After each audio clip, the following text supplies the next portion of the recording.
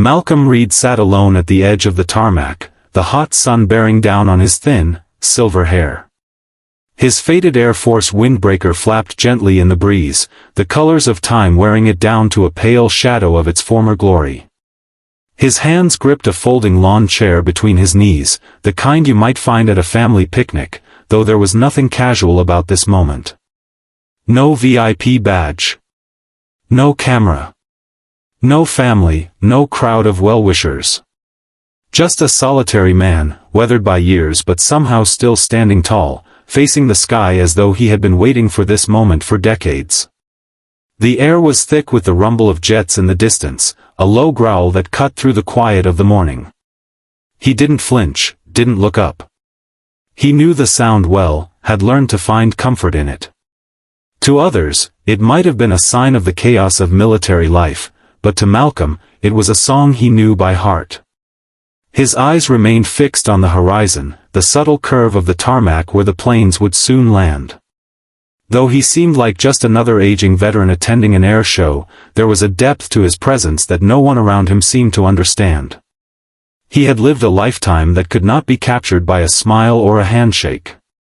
For most, it would have been a routine show, a celebration of military might, a chance for the public to cheer, to wave flags, to clap. But for Malcom, this was something different. Something deeply personal. His gaze never wavered. He was here, in this place, for a reason. But the reason wasn't something anyone else could easily see. The crowd bustled around him, a mix of families, children clutching miniature American flags, veterans sitting in rows beneath canopies. The sun beat down, but Malcom didn't feel it. His eyes narrowed as he watched the sky.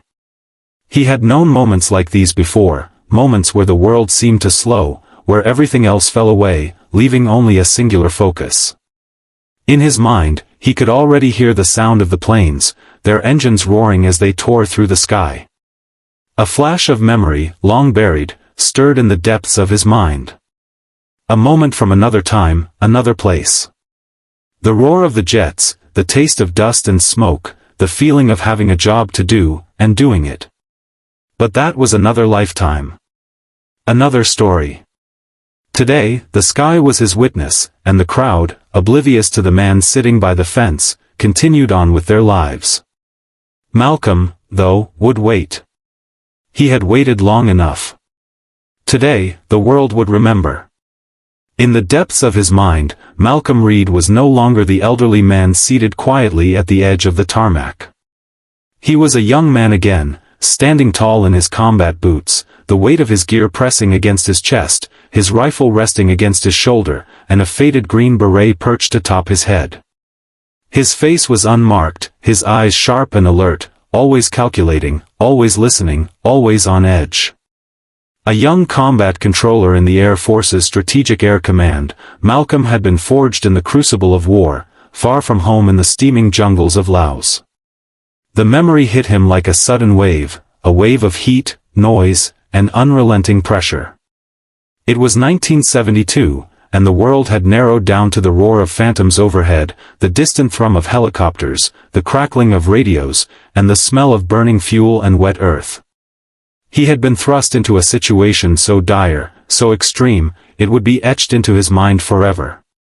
A rescue mission gone wrong. A downed aircraft.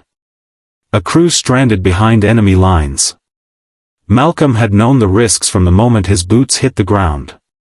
He wasn't just another soldier, he was one of the few men in the world who had trained for this, to go into places no one else could, to bring the broken back from the brink of death.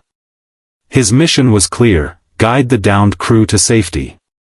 But out here, in the thick, humid jungle, nothing was ever clear. The noise of the jungle was deafening, but it was the quiet that really unsettled him, the kind of quiet where you knew someone was always watching, waiting. A single misstep could mean death. He had led them through it. He remembered the jungle stretching out endlessly before them, the dense canopy above casting everything in a near-perpetual twilight. The heat was oppressive, clinging to his skin, making his uniform stick to his body like a second skin. His boots were heavy with mud, his throat dry, but he never stopped. The weight of the mission was too great for him to hesitate. He had been the eyes and ears of his team, his mind calculating their every move. His heart pounded in his chest, not from fear, but from the deep, primal sense of responsibility he felt. The mission was everything. The men were everything. There was no time for weakness. Each day had blended into the next, a blur of hunger, exhaustion, and the stench of sweat and fear. The jungle had seemed endless, an unfeeling, oppressive mass that sought to swallow them whole. Malcom had been their guide, their protector, but also the one who bore the burden of their survival. 6 days. 6 days of fighting through the undergrowth, of tracking enemy movements from the shadows, of hearing the crack of distant gunfire and praying it wouldn't get any closer. But as the days passed, the pressure only mounted. Malcom's thoughts began to blur, his focus wavering between the mission and the nagging fear that they wouldn't make it out. His hands had grown slick with sweat, his rifle slipping in his grip as he pushed through the jungle, his mind looping with the same question: how much longer? The jungle offered no answers, only more obstacles, more rivers to cross, more miles to cover. His team had grown weaker, hunger and fatigue taking their toll. Some of the men were near collapse, but Malcom had kept them moving. One step at a time. One foot in front of the other. And then, finally, the chopper. It came low, the thundering of its rotor blades cutting through the air like the roar of a beast. They had been waiting for it, praying for it. But even as the helicopter descended through the thick foliage, the noise of its arrival had felt too loud, too obvious. Malcom's eyes scanned the trees, instinctively looking for any sign of danger, but none came. The chopper landed, its blades whipping the air around them, sending dust and leaves swirling in every direction. The crew was loaded in first, injured, exhausted, but alive. Then Malcom had climbed aboard, his body stiff from the days of trekking through the jungle, his muscles aching from the constant movement, his throat dry as he took his seat beside the pilot. Lieutenant Colonel Malcom Reed, the pilot had said, offering a small, respectful nod. Malcom had barely registered the words. He was too tired, too worn down to care about titles anymore. All that mattered was that they had made it. He had done it. The men were safe. The helicopter took off, the earth falling away beneath them. The city below, the countryside, the mountains, they had all disappeared, replaced by the gray clouds and the thrum of the engine. Malcom didn't look down. He didn't need to.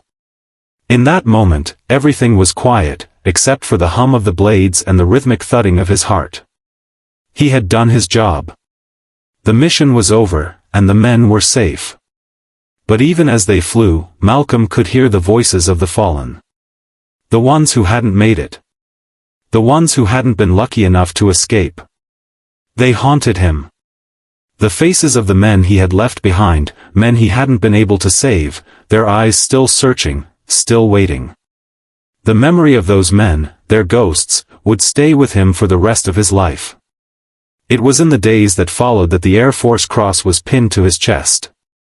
The ceremony had been brief, the room filled with high-ranking officers, but Malcom had never been one for the spotlight. He didn't need the applause, the accolades, or the recognition. The reality of war had never felt glamorous. He had seen too much, done too much, to be proud of any of it. His only thought was on the men he had rescued, on the ones who had made it back and the ones who hadn't. When he retired in 1982, there had been no speeches. No grand handshakes. No fanfare. It had been quiet, almost forgotten. He had walked out of the base, leaving behind the uniform and the title that had defined him for so long. The Air Force, with all its medals and honors, had no more use for him. The men in the office had handed him his papers, offered a few polite words, and then that was it. Malcom had simply turned his back on it all and disappeared. No farewell party, no tribute, no speeches about his service. He had been just another man who had done his job and moved on. The world didn't seem to notice the absence. Time moved on, as it always did.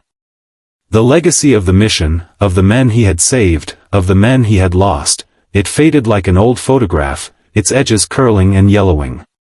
But for Malcom, the memories remained sharp, still vivid in his mind, playing on an endless loop.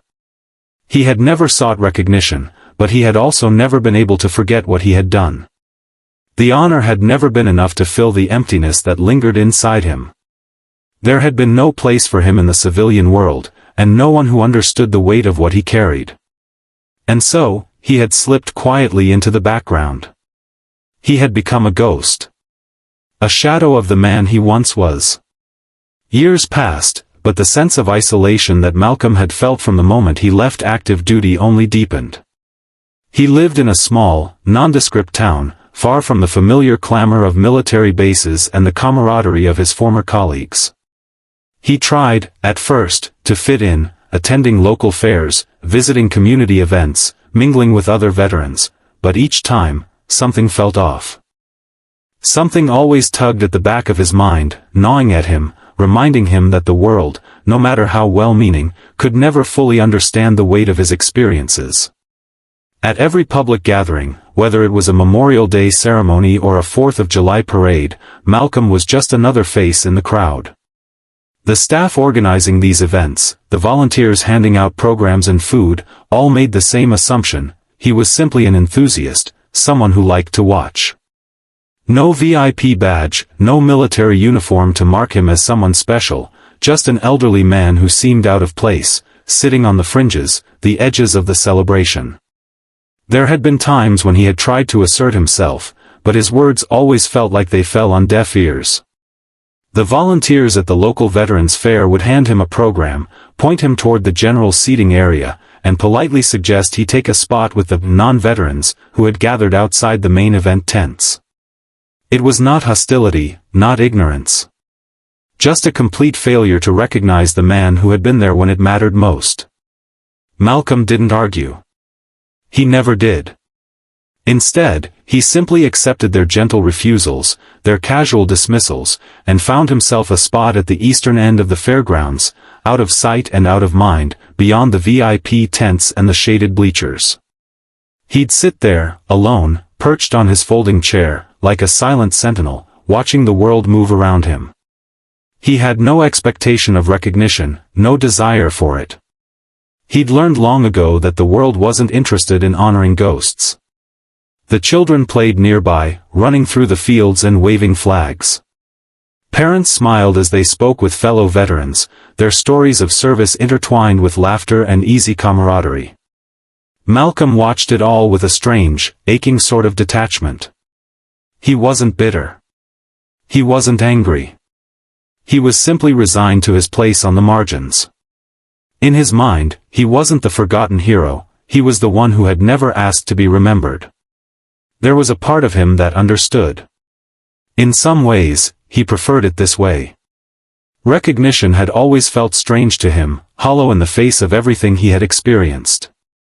There was a certain peace in not being seen, in not being asked to explain the years of his life that had been spent in service to others, those years that had forged him into the man he had become.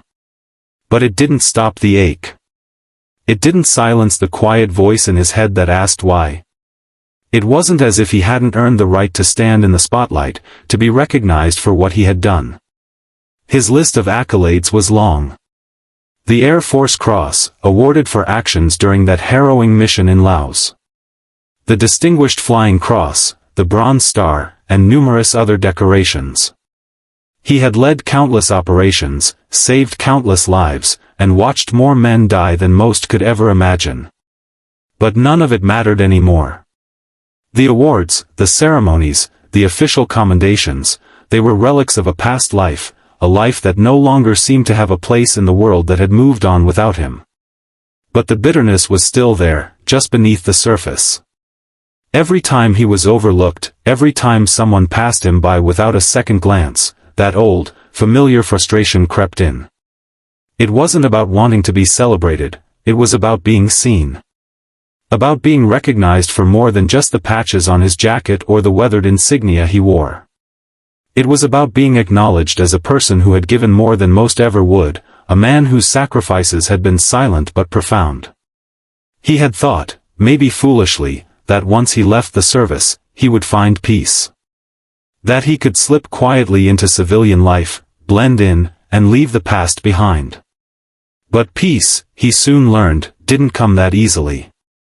And the world wasn't kind to those who had served and then disappeared. Those who had given everything and received little in return.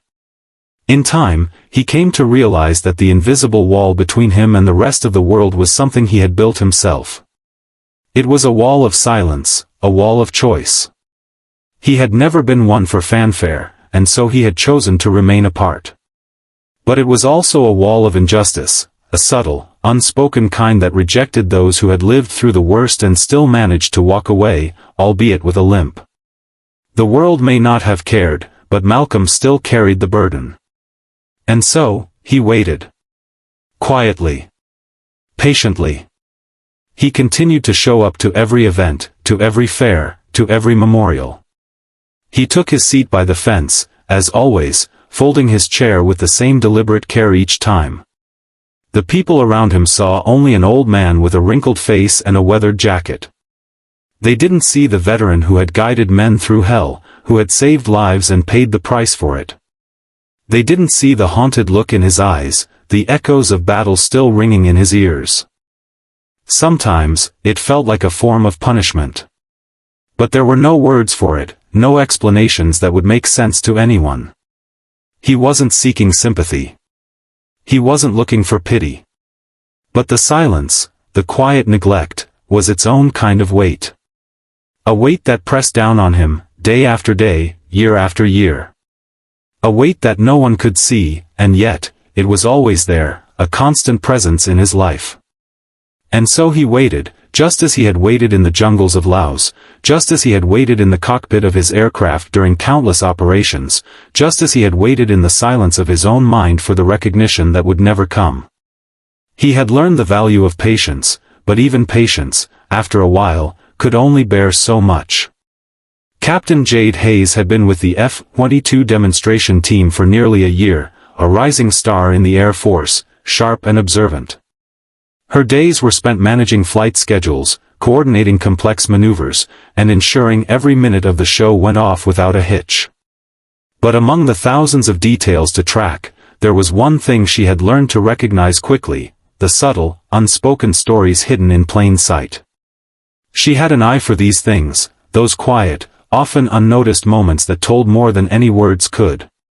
It had been during the pre-show briefing when Jade first noticed the man at the edge of the tarmac, sitting alone, hands folded around a weathered folding chair. At first, she thought little of it, just another veteran, perhaps, attending the air show. But something about him caught her attention, something that pulled at her curiosity. His posture was straight, regal, though he wore a faded Air Force windbreaker, the kind most old veterans wore, no longer a pristine symbol of their service, but a badge of time and experience.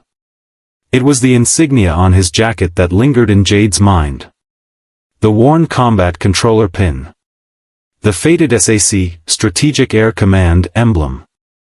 They were old-school symbols, relics from an era long past, symbols that told stories if you knew how to read them. As a junior officer, Jade had learned about the history of the Air Force, but the details had always been abstract, names from textbooks. This was personal. She kept her eyes on him as the team prepped for the show, her thoughts drifting to the insignia on his chest. She didn't want to be rude, didn't want to intrude on a man who might have simply come to watch the spectacle, but there was something that gnawed at her, something about him felt different from the other veterans who came and went. And then, in the midst of the usual hustle and bustle of the air show, she saw him stand slowly, folding his chair with a quiet precision that seemed out of place in the midst of so much noise and activity. He had moved to the side, not rushing, not drawing attention to himself, he simply observed. The crowd seemed oblivious, as they always were, lost in the drama of the jets and the precision of the maneuvers. But Jade's eyes followed him, and a creeping sense of recognition tugged at her mind. She didn't know who he was yet, but it was clear he was someone important, someone who had seen things, done things. His silent presence spoke volumes. Later, during a break between maneuvers, Jade found herself seeking out Captain Morgan, the team leader, and discreetly mentioned the man. "Sir," she began, her voice low and respectful. "There's a veteran out by the eastern fence. I think he might be someone important." Morgan turned slightly, his eyes narrowing as he scanned the crowd. "What do you mean by important, Captain?" "Something about him. His insignia, the combat controller pin. It's old. And the SAC emblem, those haven't been worn by active-duty Air Force personnel in decades. He looks like he's been waiting for something for a long time." Morgan raised an eyebrow but said nothing for a moment. "I'll have someone look into it," he replied, then returned to his focus on the planes. But Jade couldn't shake the feeling that there was more to this man than she could see. She began reviewing archival records later that night, the quiet hum of the base filling the empty room as she combed through old files. As she read through the history of combat controllers, her eyes finally landed on the name, Lieutenant Colonel Malcom Reed. The very name seemed to carry weight, but it was the details that stood out. A decorated veteran. Air Force Cross. Distinguished Service Cross. Several commendations for valor under fire. Missing in action for 6 days during a covert operation in Laos. The mission had been classified for years, but as Jade read on, the story unfolded. He had been the one to guide a downed crew to safety, a rescue operation that had cost him nearly everything. A sense of awe mixed with curiosity gripped her. Malcom Reed wasn't just another veteran. He wasn't just another face in the crowd. He was a living legend, a man who had performed feats of extraordinary courage, yet had slipped into the shadows of history. No interviews. No speeches. Just silence. Jade felt an overwhelming sense of responsibility. This man had been written out of the narrative. He had served with honor and distinction, yet here he was, sitting on the edge of the airfield, invisible to the world around him. She had seen it too often, heroes who faded into the background, their stories untold, their sacrifices forgotten. But not this time. She couldn't let it stand. The next day, Jade discreetly passed on the information to Captain Morgan, ensuring that no one else overheard. His reaction was measured, thoughtful. "Malcom Reed?" Morgan muttered under his breath. "I know the name. But he's one of those guys who disappears when the spotlight shines too brightly. Always has been. I think he deserves to be seen," Jade said quietly, a note of resolve in her voice. "I think he deserves to be acknowledged, even if it's just a small gesture." Morgan hesitated for a moment. "I'll think about it," he replied, but Jade could see the wheels turning in his mind. He had known men like Malcolm, men who had never asked for recognition, never wanted to be celebrated, but whose sacrifices were as real as any others. The day of the show arrived. Jade kept her eye on Malcolm as the F-22s took to the sky. She watched him, seated again at the edge of the tarmac, a solitary figure in a sea of noise and excitement. She couldn't help but wonder what was going through his mind, what memories he carried with him as he watched the jets scream overhead. The roar of the Raptors reverberated through the air, and for a moment, the world seemed to blur. She turned to Captain Morgan, catching his gaze. It was time. As the F-22 Raptors soared high above the crowd, their engines roaring like thunder, the anticipation in the air was palpable. The audience was transfixed by the acrobatics of the aircraft, the precision of the maneuvers, the cutting-edge technology on display. It was a sight to behold, a demonstration of power and grace. But beneath the controlled chaos of the air show, there was a deeper, unspoken tension brewing. Captain Jade Hayes stood at the edge of the flight line, her heart racing with an unfamiliar urgency. She glanced back at the man seated near the eastern fence, the one who had captivated her attention for days now, Malcom Reed. His posture was as stiff and dignified as it had been since the moment she first spotted him, sitting there, watching the sky as though it held all the answers to questions no one had ever asked him. She wondered if he even knew what was coming. The Raptors pulled into position for their final pass. Standard protocol called for the aircraft to perform a set maneuver, a tight, synchronized formation as they crossed the airfield, leaving a trail of thunder in their wake.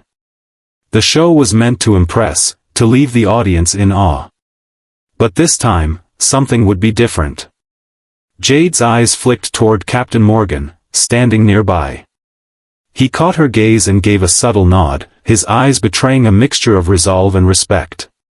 He had agreed. He had understood. For all his years in the Air Force, he knew this was something that needed to happen, a small but profound act of recognition, something Malcom Reed had long been denied. The F-22s fell into their formation, the sleek aircraft gliding through the sky with a kind of effortless precision. They were birds of prey, fierce and deadly, but also beautiful in their own way.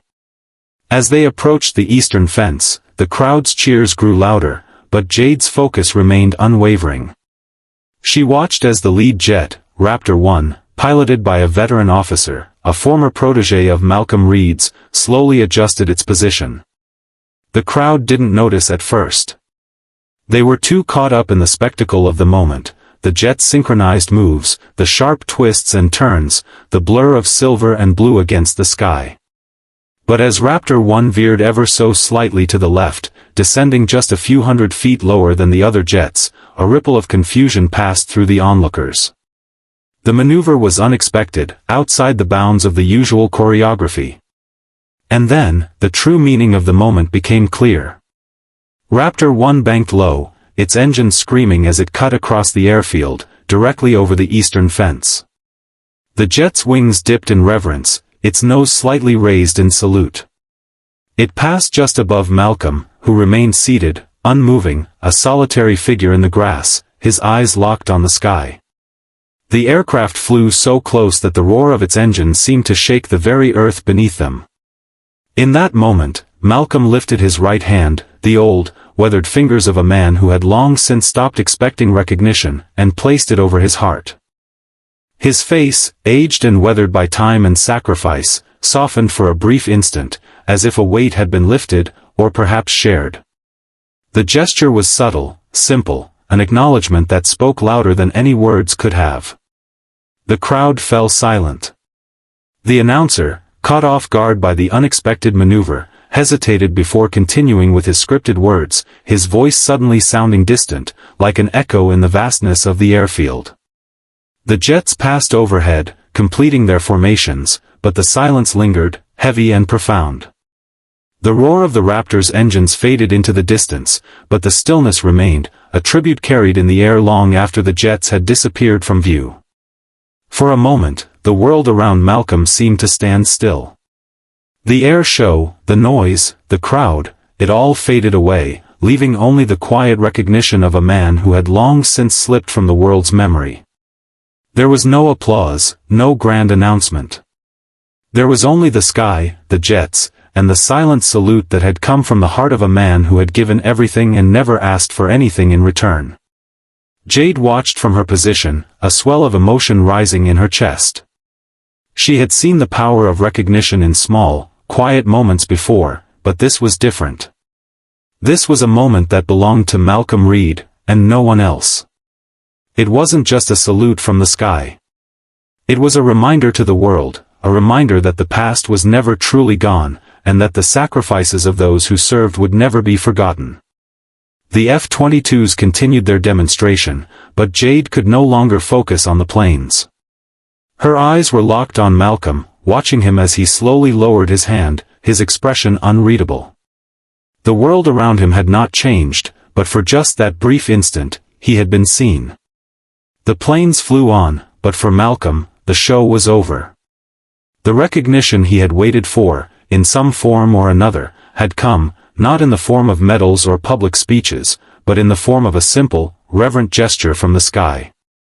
It wasn't much. But it was enough. And in the silence that followed, the crowd slowly began to return to their senses, as if waking from a dream. But those who knew, those who had seen it, would never forget what had just transpired. It wasn't just another air show. It was the moment the past had spoken, and the world had listened. Jade's gaze lingered on Malcolm as he quietly stood up, folding his chair with a slow, deliberate motion. She knew what came next. The man would disappear again, as he always did, slipping back into the shadows from which he had emerged. But for today, for this moment, he had been seen. He had been remembered.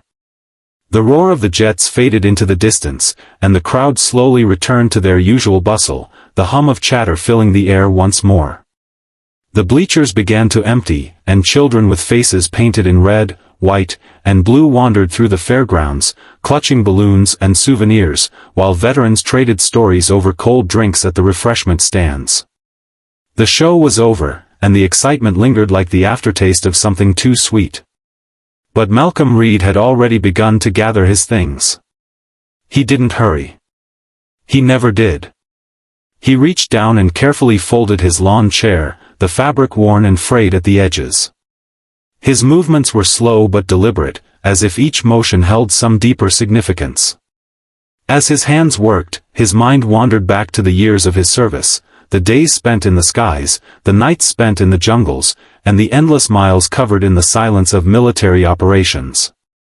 He paused for a moment, looking at the folded chair in his hands, as if considering the weight of the years he had spent in that very position, waiting, watching, and hoping for recognition that never came. But today was different. Today, there had been a small acknowledgement, one that didn't come in the form of medals or speeches, but in the form of a gesture. A small but meaningful gesture that would stay with him long after the roar of the raptors had faded. Malcolm stood, shouldered his bag, and began walking toward the waiting base bus. He moved with the same quiet dignity that had marked every step of his life, unhurried, steady, resolute. The crowd had largely dispersed, but there were still a few stragglers milling about, glancing at the various displays and talking excitedly about the show. None of them noticed Malcolm as he made his way toward the bus stop. They were too caught up in their own world, in their own lives. At the bus stop, Malcolm didn't look back at the airfield or the fading crowds. His mind was elsewhere, lost in the distant past, perhaps in the jungles of Laos or the skies above the Pacific. His eyes remained fixed straight ahead, though a small part of him wondered if Jade Hayes or Captain Morgan would be there to see him off. But he didn't expect it. They had given him what he needed, acknowledgement, and that was enough. Behind him, Captain Morgan and Captain Hayes stood together, watching Malcolm from a distance. There was no need for words. They knew. They had done what needed to be done. The unsung hero had been honored in his own way, in a way that had been long overdue. Captain Hayes turned to Captain Morgan, her gaze lingering on the bus as it pulled away. "Do you think he'll come back next year?" she asked, her voice soft with curiosity. "I think he will," Morgan replied, his voice low, his expression thoughtful. "He always does. He's been coming here for years, and he'll keep coming, because it's not about the show. It's about something else. Something quieter. Something he's been waiting for." Jade nodded, her heart heavy with the weight of the realization. Malcom Reed wasn't just a man who had served. He was a man who had carried the burden of his service in silence for decades, a man who had never once asked for the recognition he deserved. And yet, in that small moment, the flyover, the salute, he had finally received something he had given up hope of ever finding. But even as the bus disappeared into the distance, Jade couldn't shake the feeling that the legacy of Malcom Reed would linger long after he was gone. The world wasn't always kind to its veterans, to those who had quietly given everything and asked for nothing in return. But they remembered in small ways, in ways that weren't always visible, but that mattered all the same. Weeks passed, and the air show faded into memory. The routine of military life resumed, the flights continued, and the airfield buzzed with activity as it always did.